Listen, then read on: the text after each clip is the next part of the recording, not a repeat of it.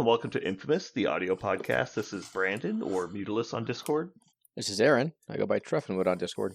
This is Josh. Go by Grimmelzog on Discord. Welcome back to yet another riveting episode of Infamous. Let's see. Starting off, we got our media segment. Have you guys been watching anything new and exciting? Hard no. I have. No. I just binged a very not new and exciting show called NCIS Origins. Like, Aaron, why would you ever turn on such a show? You have painting to do, clearly. No. Well, I do, but I contemplated buying some rather expensive trading cards and decided that if I did so, I would need to double sleeve them because clearly you're going to want to take care of your expensive cards, or so one tells me. So I bought a couple inner sleeves just so I could sleeve all of my cards just with inners. And then when they go into an actual deck, I'll put them in an outer. So for 2 straight days, I did nothing but sleeve my cards. That's I didn't eat on Tuesday. I woke up, I went downstairs, I started sleeving, went to bed at 1 a.m. I woke up on Wednesday, kept doing it. At about noon, I was like, I feel really weak. I should eat something. And I left the house. I think I'm up to about 7,000, maybe 7,500 cards. So you're sleeving everything. Your commons, your uncommons, your bulk. Every single card, yeah. All right, well, it's a choice. Choice, yeah. So I decided that for this endeavor, I needed something in the background that I just didn't really want to care about at all. And so that ended up being... You mean like you watched the whole show? Yeah. By watch, you mean you vaguely listened. Yes. Like after you watch the first couple episodes, you understand the characters. Yeah, you catch glimpses while you're doing whatever it is, whether it's painting or sleeving or whatnot. But there's definitely something about those serial procedurals where it's just the same thing every week, like because it's not really the way it is. There's always like some underlying plot that happens between episodes. Yep. And for like Supernatural, which is a show I love-hate, that is the reason I watch the show, is for that 5 minutes in every episode where the main plot moves along. Yep. And then there's 40 minutes of procedural crap that's kind of wasted. There's some fun banter and there's some interesting stuff and some fun guest stars, but for the most part, it's, formulaic crap. Yep. But the reason you watch the show is that 5 minutes, right? Yeah. Like that's what you're there for. And so there's definitely something to that, because like, you only need to pay attention for 5 minutes of each episode. You're like, all right, we're good. And then like you can listen to the rest of it, because who cares what, oh no, he dropped his gun again. Whatever will he do? It's like, oh no, they found another piece of evidence. Yeah, they're rolling around on the ground. Someone's going to get shot. I wonder if it will be the main character or not. Yeah, see, we're in season 2 of 14. Let's see if the main character gets shot in the face in this random scuffle. What? They didn't. How would we have guessed this? Yeah. Quick pause. Is this a season finale? No. Okay, got it. They're going to live. Yeah. I'm pretty sure you said you watched The Rookie, right? I did. I need to get back to it, but I don't think I have whatever it's on. It's on Disney Plus. Yeah, I don't have that.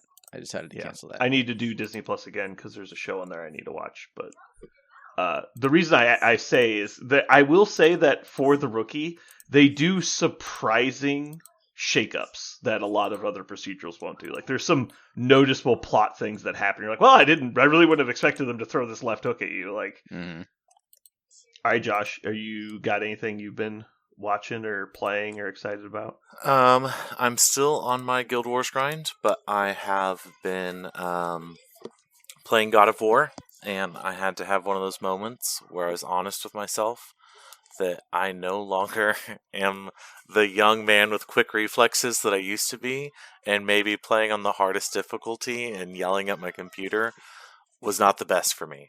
So is it the fault of the computers? Like, I know I could do this. Like, why is the frames per second screwing me?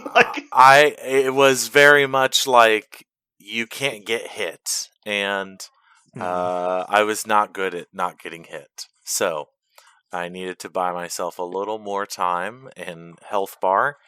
And so I restarted. But honestly, I restarted and still on hard, but not supreme hard.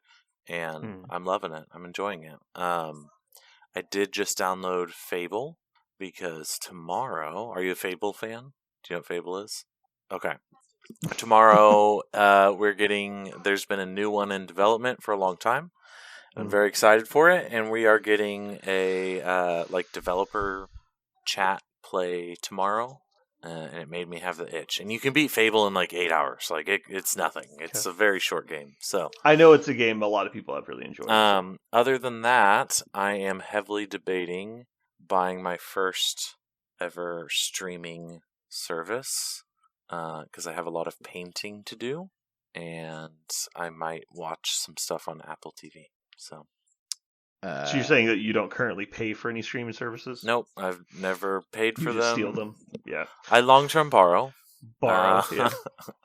I was saying, I know you've seen shows I've seen, so I know that you watch the service. I know people that have them, and so I go to theirs and watch. I wholeheartedly support people sharing streaming services. It's like, hey, like the three of us, like you're gonna get Netflix, I'll get Disney Plus, and then he'll get Amazon Prime. It's like, and we'll just share. Like that makes sense.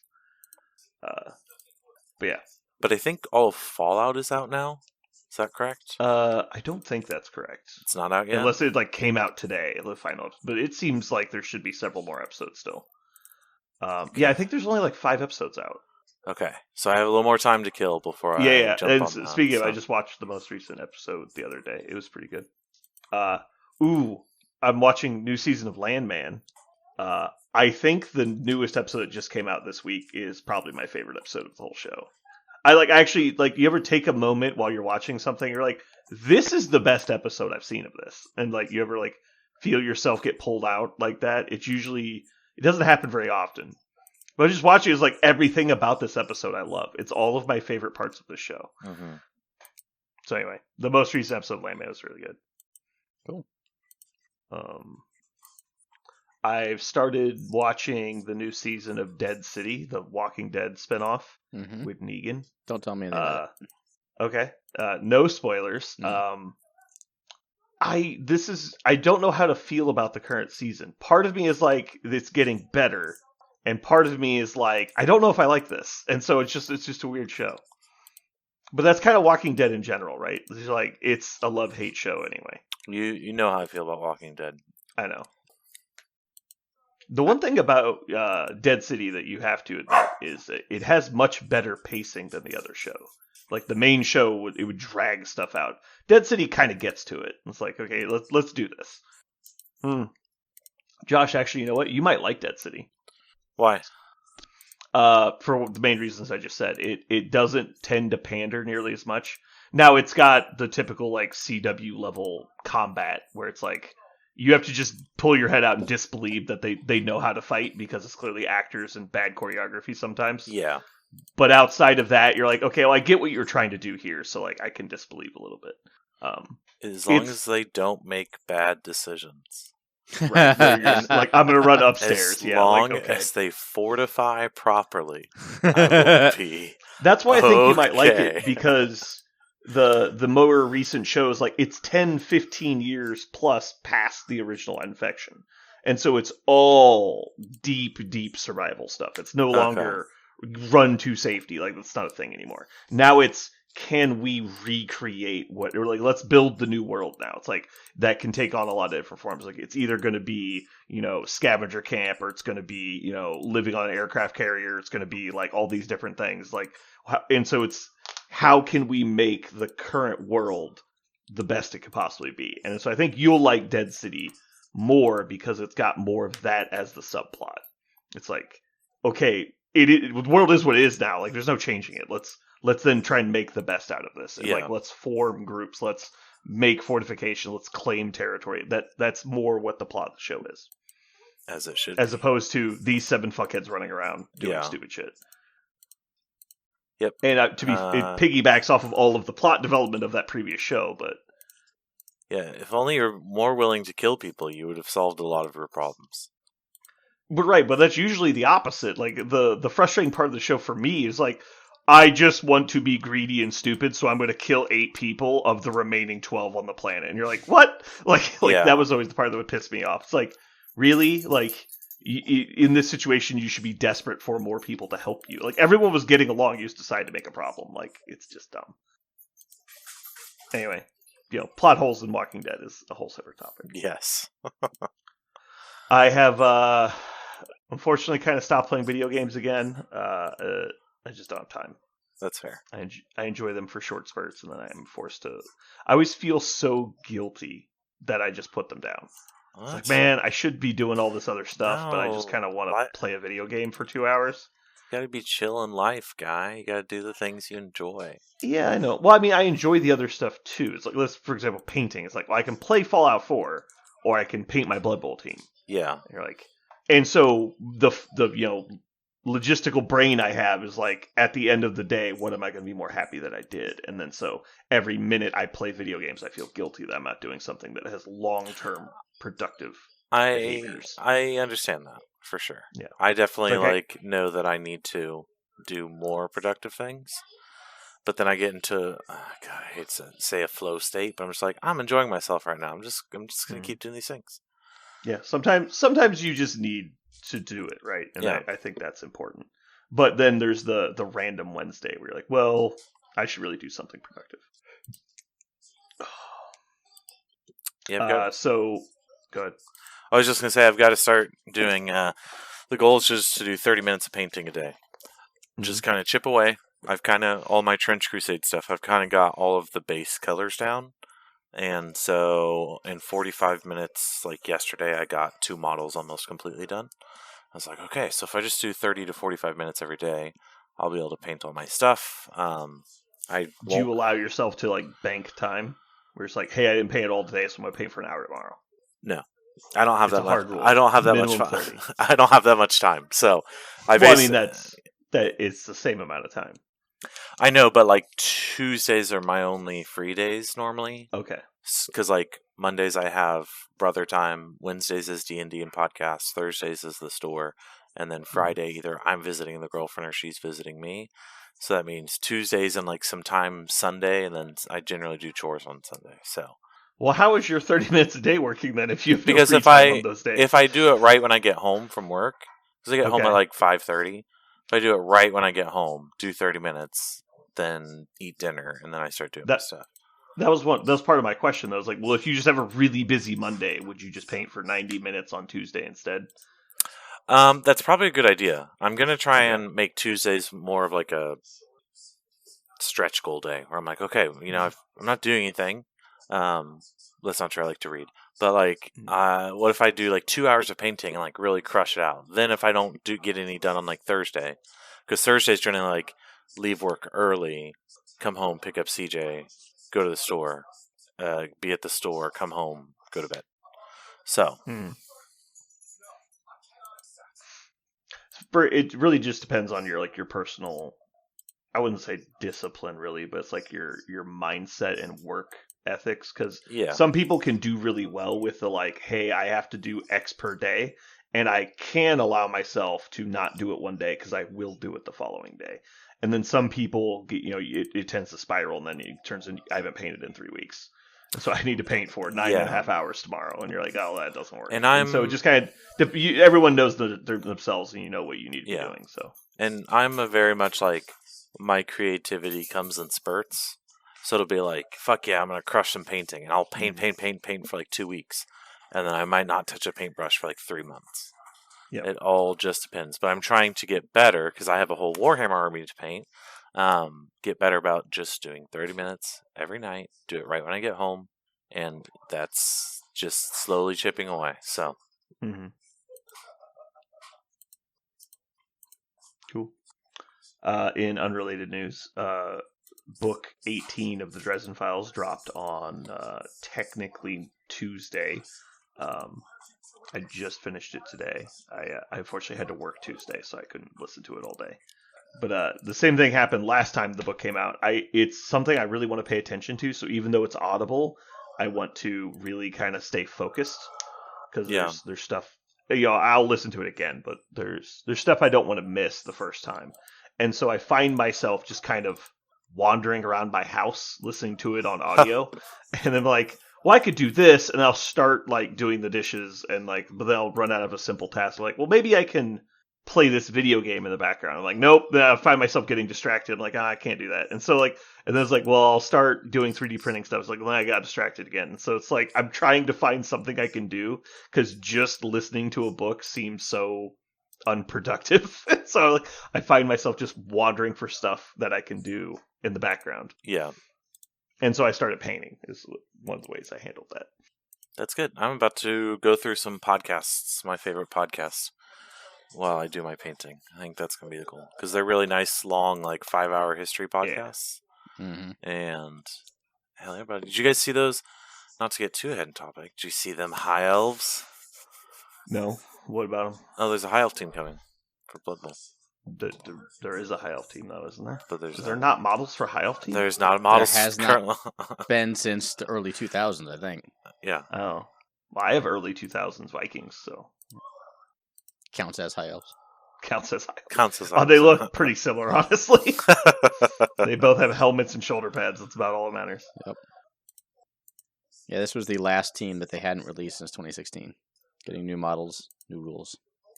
Which is crazy to me because they've released, 8 new teams since that? Mm-hmm.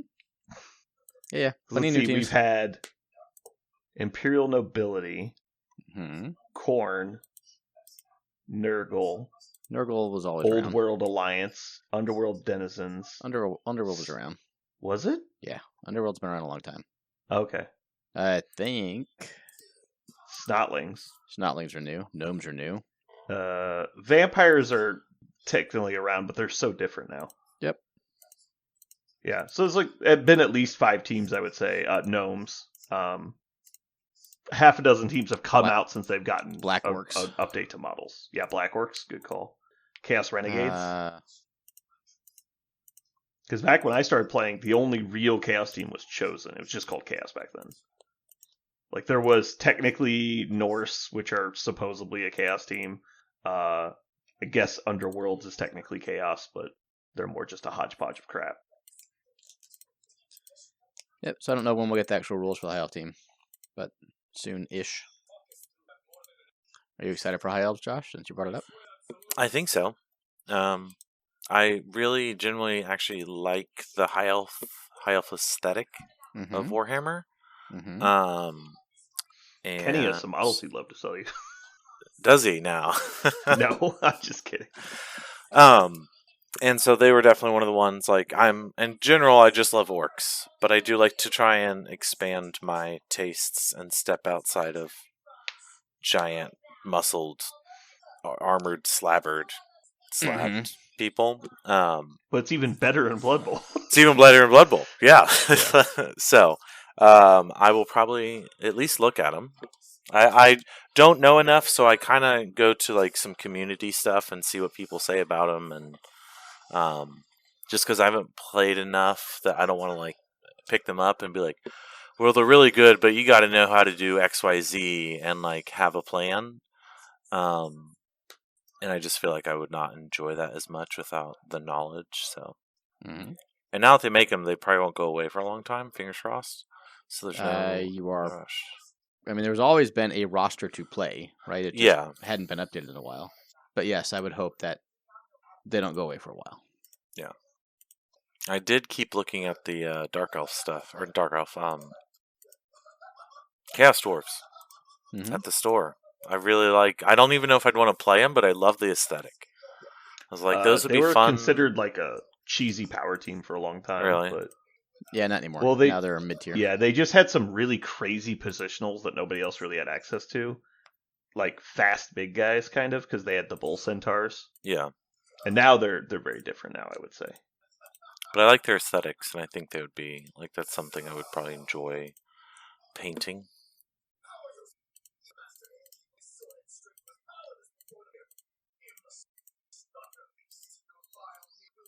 Is the 3rd edition out now?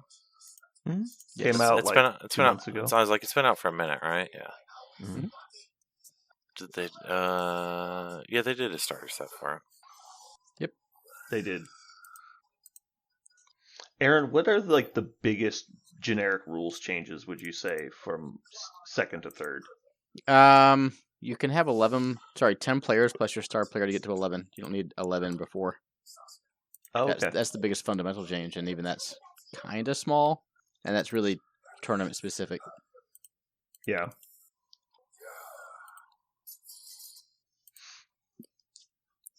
Yeah, I think because technically I played first edition because it was basically everything before 2016 was first, right? Or I guess before 2016 2020. is season 1. Yeah. 2020 was season 2, 2025 season 3. And then you go back, I think there were 7 editions, or actually 6, because it ended up being living rule book. There was a committee that just decided we're going to continuously update the rules as opposed to, have iterations of seasons, if you will. Yeah. And I think that ended up with season 6 turned into living rulebook. It did. Yeah. But the first ed was like back in the 80s sometime. The more I look at them, I'm fairly interested in playing Snotlings at some point. Sneakily really good. silly. Yeah. I heard that the pump wagon lost secret weapon, which was immediately enticing. Yep. Although now there's secret weapon on their flinga. I think it always did. Oh, it's a bombardier. That's why. Yeah. It's weird that they can roster 2 bombers that are both secret weapons. Yep. If by weird you mean incredibly awesome, then yes. Yeah. Although, didn't they nerf bombs in some way? You can't throw them right at people. You can still throw them right at people. Okay. I think they get nerfed to where if anyone on your team gets hit by the bomb, your turn's over. So it's a little riskier to throw that bomb. But I mean, you're playing Snotlings, man. Chuck bombs all day long. See what happens. First. Yeah. Dirty player, mighty blow, strength 5. Yeah, losing secret weapon. You get 4 strength 5 people on the pitch. Yeah. It's a good. And then 7 strength 1 guys. You will usually take 2-star players with Snotlings. Yeah. To reduce your strength 1 guys on the pitch. Yeah, their linemen are 15k. Yep. Basically free. And you get swarming, right? Yeah. So you start off with more people than your opponent does. Mm. There's lots of good reasons to like Snotlings. CJ got into the MCP tournament tonight. CJ? Yeah. Which term is that? Oh, into the Adepticon one? Yeah. Is there a wait list? Yeah, there's a wait list. Okay. So I wonder if they opened up more space or if they there's just people are dropping out. We were joking because Adam Warlock's rules dropped today in his new leadership. And boy, howdy is Papa happy. But I like it tonight now. Yeah, I like it. But yeah, that generally means it's terrible for the game. Yes, so. You're correct. Really? Things Josh likes. I found my initial reading of leadership to be relatively meh, but not horribly. I think it's interesting. I definitely think it's interesting. Yes, I actually liked it. Around for the MCP cast? I am not. Okay. But I'm going to give this one a thumbs up on first pass. Yeah, we joked that made like 30 people drop from the MCP tournament. So, I don't know why. All right, Aaron. So, do you want to talk about how much fun you had at your first big card game tournament? Sure. So Jeremy, Ryan, and I went to Columbus, Ohio for my, as you said, first big TCG tournament. It was, what's the word? Interesting? Yeah, interesting is the word. Off-putting is probably the word I would use. But... Oh, okay. So, I mean, I've done all kinds of tournaments, right? Whether they be, small stuff, big stuff. This is one of those. They're called callings, but whatever they call it in whatever game you're part of, that's the biggest open level tournament you can join. Just like Adepticon for MCP, right? It's open entry; anyone can do it. It's not an invitational; you don't have to qualify. Mm-hmm. There have been upwards of 750 at some of these, depending on where and when. I think Kansas City's was about 420. There ended up being 318 people here. It was in the convention center. And I'm like, okay, convention center. In my mind, I'm like Adepticon or Gen Con, something like that. And the convention center is large.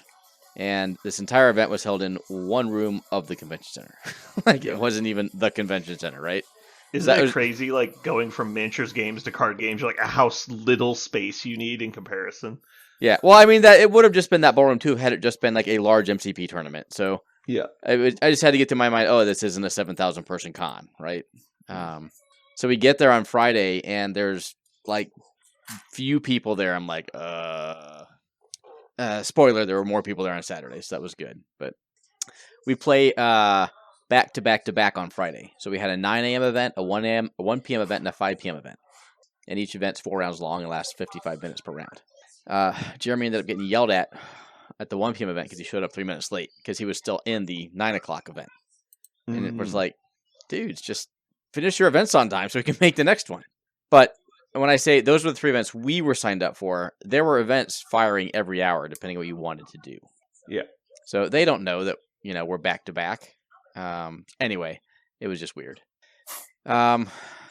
Weird things I learned. So there is a prize wall, which is not uncommon for an event.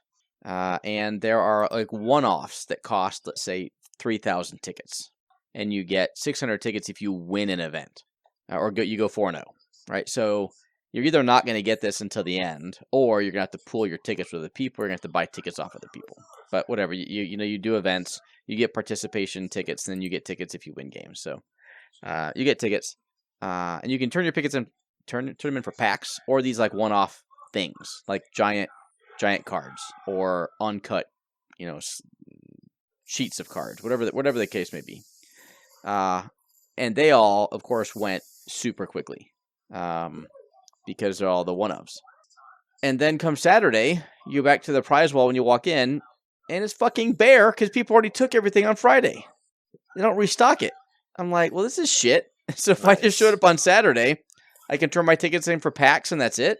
I mean, it's not the end of the world, but still. The actual main event is on Saturday. And they're just going to sell out of all the unique stuff on Friday before people even get there. That was weird, I thought. I cannot get over... Can you keep tickets from event to event? You cannot, no.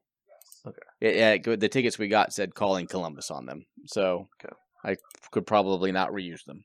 Unless I would have tried some shady shit, and I think they kept the same picture of the hero, but I'm assuming for the next event they'll pick a new hero with a new color scheme. Mm-hmm. So yeah, theoretically, no, you cannot carry them over. People sell them all the time. Like, people are like, hey, at the beginning, the first day, your tickets are worth 15 cents each. And at the end of the con, they're worth 8 cents each. Because all the cool shit's gone. People don't need tickets anymore. So anyway, the prize wall disappearing was a little interesting. Because other stuff I've gone to, like, Adepticon, they might eventually sell to something at Adepticon. But if you want, the cool Wolverine score tracker, they've got X many, like 50 or 100 or 300. Yeah. I don't know. And they just go grab one. Right? Turn in your tickets for this. There was no unique first person to get to 3,000 gets this. Anyway. Yeah. I'm not sure I will ever really come to understand judging in TCGs. I have a lot of very strong opinions about this, but you're thinking about it from the player perspective. So, I mean, I've been a TO for many events, miniatures, obviously. I've been a player in many events, so I've kind of seen it all. There was an issue in the first round. And there are issues in every round, right? But it's just one that I witnessed. And they call a judge. The judge comes over and says, okay, first, I want to establish that this is a casual rules enforcement, event. So I have to ask you a question. Are you both having fun right now? And I'm just like, oh my God, really? That's how we do judge calls? Like, I don't understand it. And then every time you call a judge, like, I have a question. Like, okay, can I see the card? Like, what do you mean, can you see the card? Like, if you're a judge, you should know the fucking card. And if it's a really obscure one, then I get it. But every single time, I don't know. Let me see the cards. Oh my God. And I get it. It is very like by IT the book. Troubleshooting. Like, is your machine plugged in? It's like, you just gotta check. Well, because think about it like this. Like, in MCP, there's roughly 200 models in the game. Well, you might be able to memorize 200 models. Well, there's probably 4,000 or 5,000 cards in Flesh and Blood. And I can't expect you to remember the exact phrasing and punctuation of every card. And sure, so I'm talking just as a baseline, read the cards. You are absolutely correct. It is a Yeah. great baseline, but Yeah. it is super just by the book. Like, here's your judge.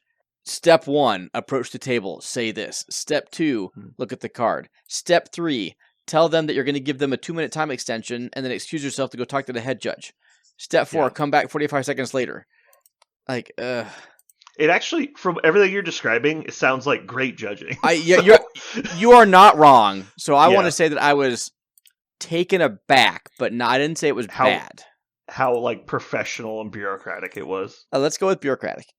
Okay, for sure. Well, I mean, it is professional if it's standard and uniform. Like that's good. Fine. So my issue is that 90% of the time my experiences with a judge has been, here is a psycho nerd on a power trip, and they like really enjoy the fact that they're in a position of power over other gamers, which is really cringe to watch. But that doesn't mean they don't act like what you're describing. It's just that they enjoy being able to like tell people stuff and they have. It's just stupid. Anyway, I don't even know what infractions are, but people got them left and right. I think the reading the cards involved is really important because it teaches the people you're judging that's step 1, and if you do it every time, then they'll just start doing it. Because in card judging, 90% of the time, reading the cards will answer your question, and it's stupid. But it's like you've judged events, you get this. Like even in read the card. Gaming, it's like, what does the card say? Does this require me to spend an action? Does it say action : as the first word of your ability? Yeah. Okay, well that should probably answer your fucking question, you dumbass. Like that's basically like what happens. You're like, can he target my guy with this ability? Can I see your creature? Cannot be targeted by opponent's spells and abilities. I would assume not. Like it's like that's the level of like getting people to read their fucking cards is that hard. It's like it literally says it on the card. Yeah, there's more nuance than that. Like depending on like the interactions between certainly card and can be, but yeah, right. There are times you need a judge, and there's the majority of judge calls you don't need a judge for. I would say probably 50% of judge calls were for so stupid shit, like someone's sleeves knocks over the top 3 cards of their deck. Doesn't turn them face up, just knocks them down. And they're like, Judge, what do we do? I'm like, really? Like, nothing got seen. Like, we don't know. Call judge. And they're just calling judges. And I'm like, and the judge comes over like, did anyone see the card? No? Okay. I'm going to pick them up. I'm going to put them top of the pile. Are you good? Are you good? Okay. It's just so weird to me. It's exhausting. And there were enough judges there that they were taking turns. Like, they were having a fine time. Like, they weren't stressed. Yeah. The times that was interesting was like, just as an example, there's a mechanic that says if the enemy hero is marked, whatever, and you break this helmet, you can choose to become a demi-hero. If they're not marked and you break the helmet, then you have to roll a d6 to see which demi-hero you turn into. So bottom line is, this character changes into demi-heroes all the time. This lets you choose the hero the alter ego you become. Well, the guy thought his opponent was marked. He wasn't. He broke the helmet, turned his deck over to look at it so he could, because the alter ego he became was going to let him look at his deck. And the guy was like, I'm not marked, am I? And the guy's like, oh, no, you're not. And the judge came over, and after X many minutes, the dude got 2 infractions. One for not rolling to see which alter ego he was going to become. And another one for looking at the bottom looking at his deck. Illegally looking at his deck, right? Yeah. When in a casual environment, then, I'm clearly not going to break my helmet because it's not going to have the desired effect. Mm-hmm. And I get that at a competitive event that you're probably going to need to have someone come over. There's no takebacks, Yeah, there's no takebacks, and the judge is going to have to be like, okay, you saw that card. How do we resolve you having seen a card? Well, it was the card that he played last turn because they go on the bottom of your deck in Flesh and Blood. So they both saw that card 20 seconds ago. Yeah. It's just a lot of weird stuff like that. Yeah, I don't mind that people want to be judges. I think it's really important to have people willing to volunteer at events. The issue I have with card game judges is they don't volunteer. They expect to be compensated, and not just that, but compensated dramatically. The last judge we had before our current judge for Fab it was a full case of booster boxes, which was retail price like $400. They wanted half of the price support for the event that was given to us by the company. They wanted us to pay them $200 cash, and then also for us to pay for any meals that they DoorDash to the building while they were judging. That was what they wanted to judge a 4-round event. That was probably going to take them a grand total of 3 hours. I was like, no, nope. Like, what the fuck is the matter with you? Like, and that was the most competitive offer we had to that point. I was just like, what is wrong with these people? Like, they think that they're literally king of the nerds because they took a literal online test to become a judge. It's stupid. I'm almost there. I'm not quite able to judge Fab yet, but. And I get, like, the sacrifices I'm not going to play in the important events, because it doesn't matter. Like, if Josh wants to become a judge, that's great. But if Josh isn't willing to sit out the qualifying event to judge it, that's not helpful to me. And sure, so but I understand if that there's a little bit of sacrifice there. 4 or 5 going on in Kansas City, you miss one. Okay. Yeah, you should be compensated. I agree. But, like, I could literally hire somebody, pay them above minimum wage, and they come in at less than half of what you're making. I will just pay them to learn the rules and pay them to work those days. And not only are they going to judge the fucking tournament, they're going to take the goddamn trash out when I ask them to, too. So shut the fuck up. Like, this is such a stupid conversation to have with somebody. And he's like, and then they're like, well, I just think that's fair. It's like, well, it's not fair. You're being a pompous little dickhead. Yeah. And so, and not to mention, like, all of the other problems that have come because of this entitled bullshit behavior. The whole reason that, like, there's no more volunteer programs at all these different gaming companies, like, there's no more press gangers, there's no more, whatever the fuck, horsemen or whatever the fuck in the GW ones were called. But the reason they don't have those people that were effectively their judge programs is because of the Wizards judge community suing Magic the Gathering for like $7 million of what they call back pay. Because they claimed they weren't volunteers despite they had a volunteer contract. Because they were compensated, which they said that proved that they weren't volunteers. And so they were suing them for the previous, like, 3 years back pay for all the judges. I was like, okay, so even Wizards, like, $7 million is going to dramatically hit their bank account. But most companies would immediately fold if that happened. It's like, you would have to fight it in court as best you could, but you'd probably lose your company to legal fees if they kept pushing it. Yep. I will say I had 0 bad interactions with players, so all the players were great. I ended up somewhere around 500 for all 3 days. In the actual big event on Saturday, I won my first 3 games, and that was the absolute worst thing you could do. Because I was... The way they do their pairing, I think they in the, let's say, 3-2 bracket, the people who all went 3-0 are going to get paired into each other. If that makes sense. Yeah. So it's weighted. Yeah, it's not randomized within your bracket. It's all weighted. So I was at the top of the, we'll call it losers bracket once I started losing. Because I won my first 3 and then lost the last 4. I was paired up into a guy who needed to win in order to qualify for the second day in the last game. And I was out of it. Because I was exit 3 at that point. Are you saying that if you go 3-0, that you can only play other people that went 3-0 despite your current record? Yes. Okay, so let's say you either go that 3-0, then lose 3 in a row. You're not playing anyone who was in the 3-3. You're playing only people that started 3-0? Yes. That seems... Either that or I had the impossible. weirdest fucking everything. I will say at large events, like you're talking hundreds of people, it gets weird in the pairings. So I was, whatever, let's say I was 3-1 at the time. I lost the game. And I ended up next to the guy that beat me. I'm like, okay, the table to my left are the 4-1s. I'm the 3-2, right? Maybe it is just complete random happenstance that I was there. And it wasn't that I was the top of the 3-2s. It could be pairing based off tiebreakers. And so... Yeah, and the round you lost is the first tiebreaker. The round you lost. Your first lost round is your first tiebreaker. Yes. I'm unaware of that for Fab. It might be baked into their software, but... That's what I've been told. And like I said, it rang true, because I'm like, how am I still 1 table away from the guy that just beat me? Well, it turns out I was at the dividing line between 4-1s, 3-2s. And the next round, I get paired up. What functionally happens, though, at those big events, where it's like, okay, well, you have to go 5-2 to make day 2. Well, as soon as people get 2 losses, they basically drop. Or at least their third More loss. Than 2. And so, despite you are, only so many people will make it to 3 or 4 wins. Everyone without 1 win has already dropped at round 3, and then anybody without 2 wins drops in round 4, and so it's just like the pool people keep shrinking. Yep, it does. And you can't have duplicate opponents, and so weird stuff can happen. There were enough here that there were people who played all 7, like they went 1 and 6.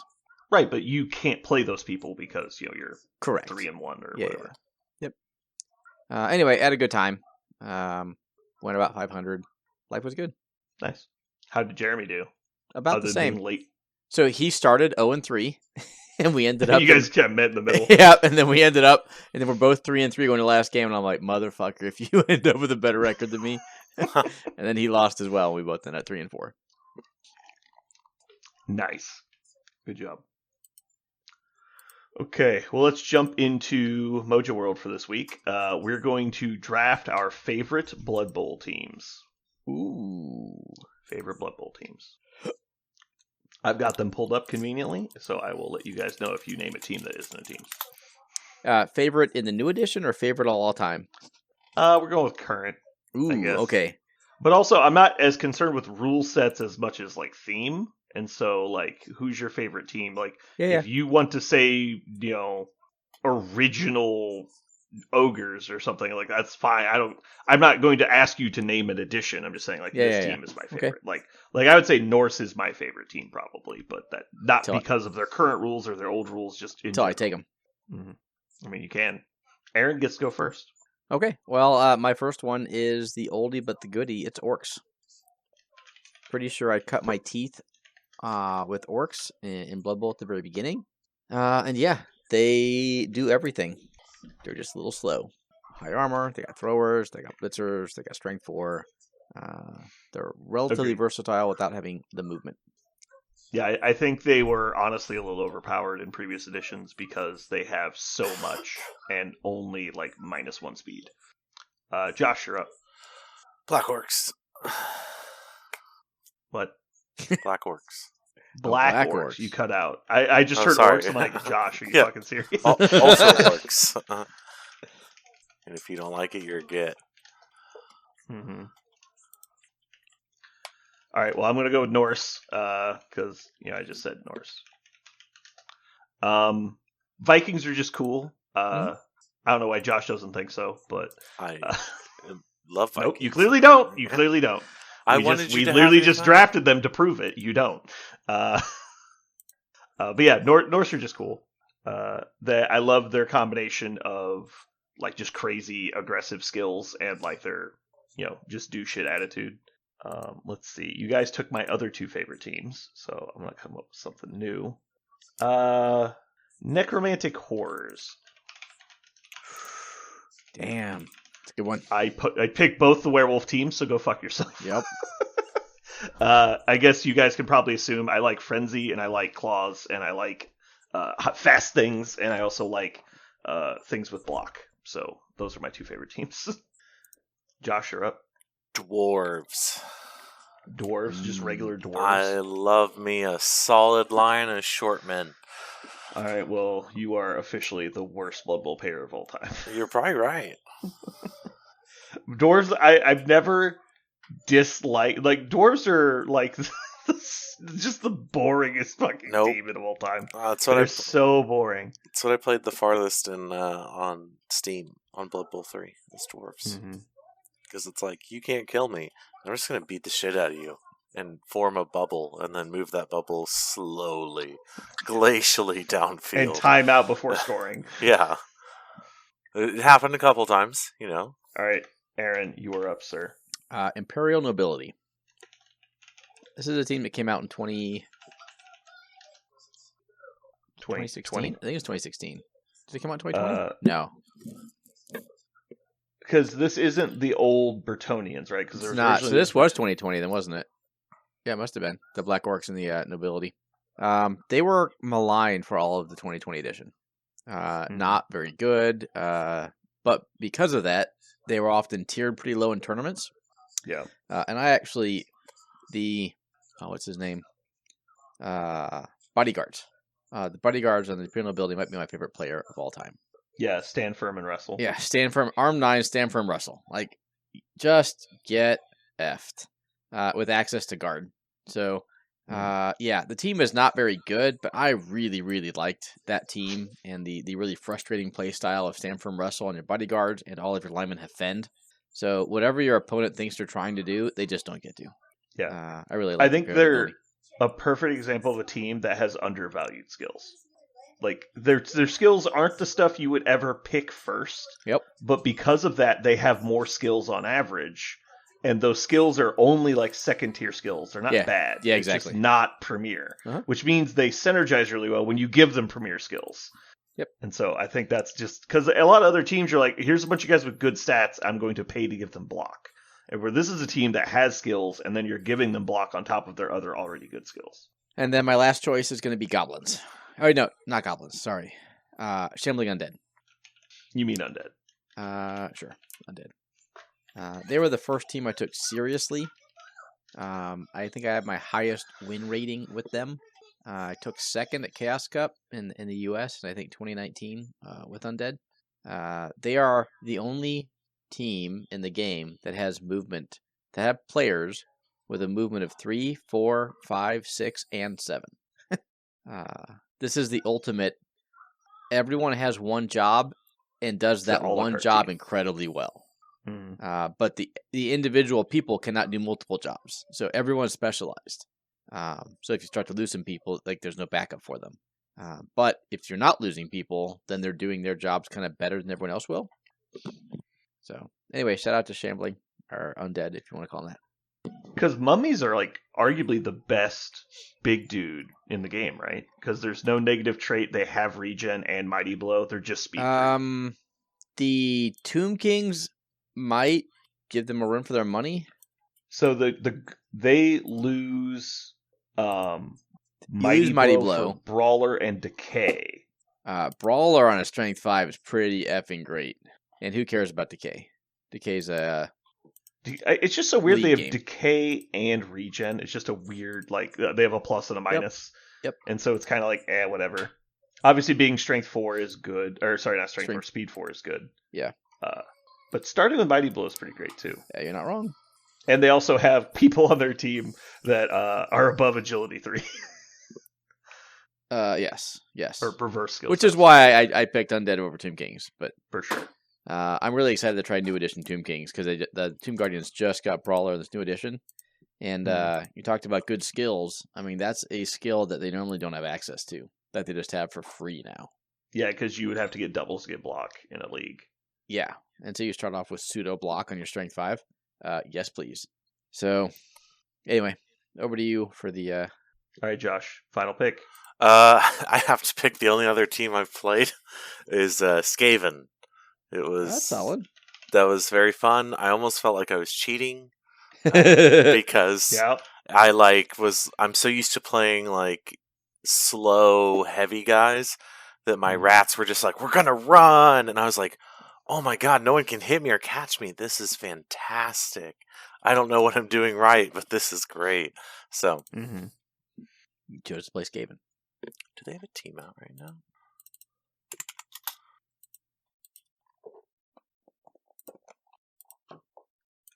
Will everyone hate me if I choose vampires? No.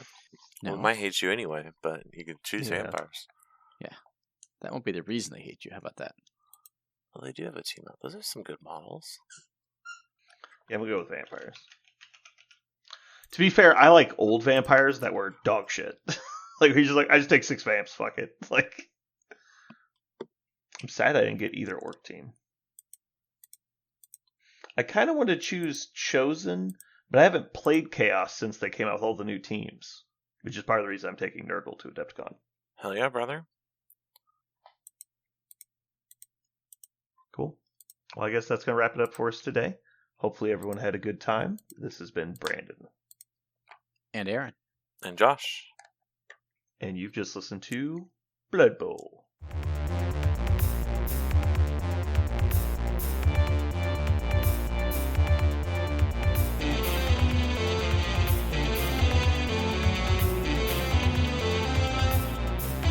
So what are we going to call this thing? I got it. Okay. Incredible, new, fantastic, astonishing, mighty, original, uncanny, sensational podcast. I'm just gonna put down Infamous.